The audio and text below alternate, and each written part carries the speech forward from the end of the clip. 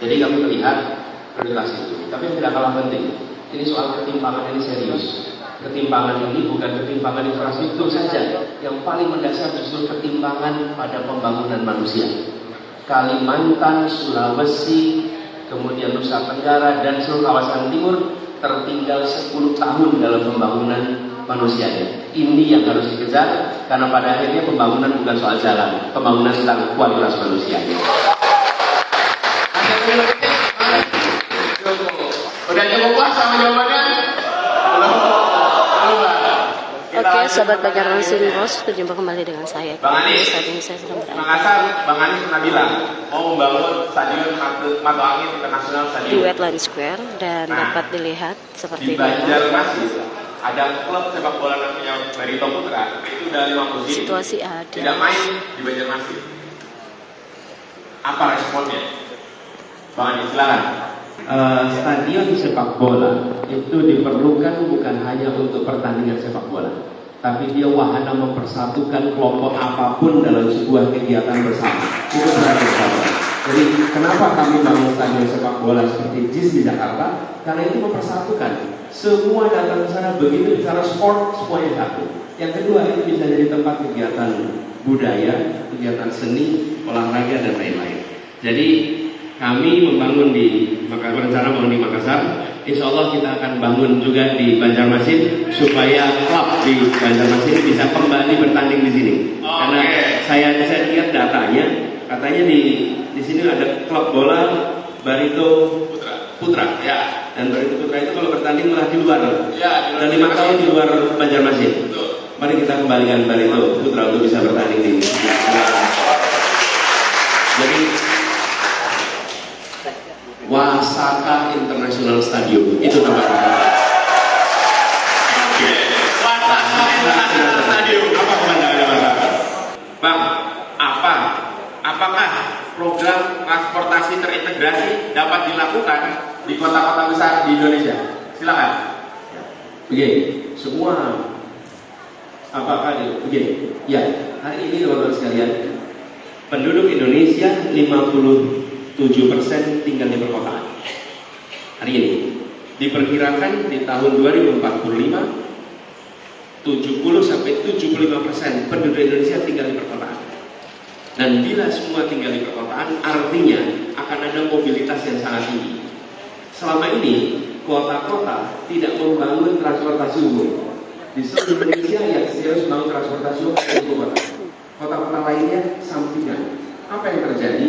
Polusi tinggi, kemacetan tinggi, waktu terbuang percuma, uang terbuang percuma, dan subsidi BBM dihabiskan dalam kemacetan. Itu faktanya. Karena itu harus dikerjakan untuk mengantisipasi Indonesia ke depan. Transportasi umum akan dibangun di kota-kota besar di seluruh Indonesia termasuk Banjarmasin. Dan transportasi umum ini mengintegrasikan apa? Mengintegrasikan rutenya, kemudian tiketnya, lalu manajemennya. Nah, ketika ini dikerjakan, kami di Jakarta mengerjakan ini. Di Jakarta itu transportasi umum semula berjalan sendiri-sendiri, diintegrasikan. Rutenya nyambung, lalu tiketnya satu. Sekali pakai kartu, tag, maka kemanapun pergi di Jakarta biayanya maksimal Rp10.000. Kemanapun pergi yang maksimal Rp10.000. Efeknya negara tidak cari untung, tapi negara beri manfaat. Manfaatnya apa? Polusi turun. Manfaatnya apa? Subsidi BBM turun. Manfaatnya apa? Kesehatan biayanya menurun. Itu manfaat, bukan keuntungan. Negara tidak bekerja mencari keuntungan. Negara bekerja untuk memberikan manfaat. Oke, terakhir mana? Saya juga ikut berdiri. Prabowo, Menhan, bagaimana nih mengirimkan bantuan kapal seperti TNI AL dan juga menyumbangkan dana pribadi, Anies sekitar 5 miliar. Nah, tadi kan Pak Menhan yang ngomong, ini jubirnya ngomong sekarang, itu jauh lebih konkret dan bukan cuma doa dan doa. Sebagai pihak yang berorasi waktu itu hari Minggu, ya Anies, silakan direspon. Ya, memang betul. Kalau memiliki kewenangan, maka bisa pakai kewenangannya. Kalau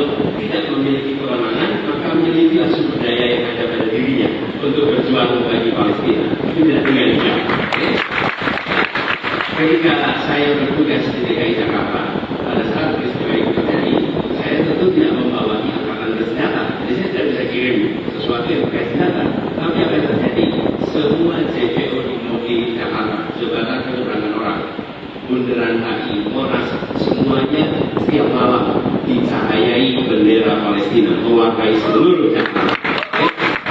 Semua orang di Jakarta itu akan beneran langsung iya Palestina. Begitu lihat Monas iya Palestina. Lewat JPO, bahkan penyebaran orang di Jakarta, sepanjang Jakarta, warnanya warna negara Palestina. Membuat Jakarta menyadari ada penderitaan rakyat di sini. Hal itu yang kita bisa lakukan di Jakarta.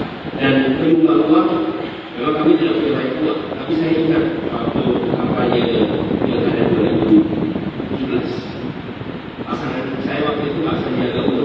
Pak Sandiaga Uno adalah seorang penyidik. Lalu dia mengatakan ke dia bahwa sumbangan dia Pak Anies itu lebih besar daripada sumbangan saya. Lalu kok bisa? Sumbangan Anies juga. Saya hanya menyumbang untuk biaya pilkada itu ratus juta, sementara beliau keluarkannya bermiliar-miliar semua angkanya. Tapi dia mengatakan sumbangan Anies itu lebih besar dari sumbangan saya. Kenapa? Karena kalau begitu dari persentase, maka persentase Anies sangat besar dibandingkan kekayaannya. Oke? Persentasenya. Jadi kalau seseorang nyumbang, bukan angka nominalnya, bandingkan dengan kekayaannya. Berapa besar sumbangannya dibandingkan kekayaannya? Oke? Dan juga dia tahu. Jadi sumbangannya kecil atau besar. Nah, Sandi mengatakan, saya menyumbang miliar, tapi kayaknya dia triliun.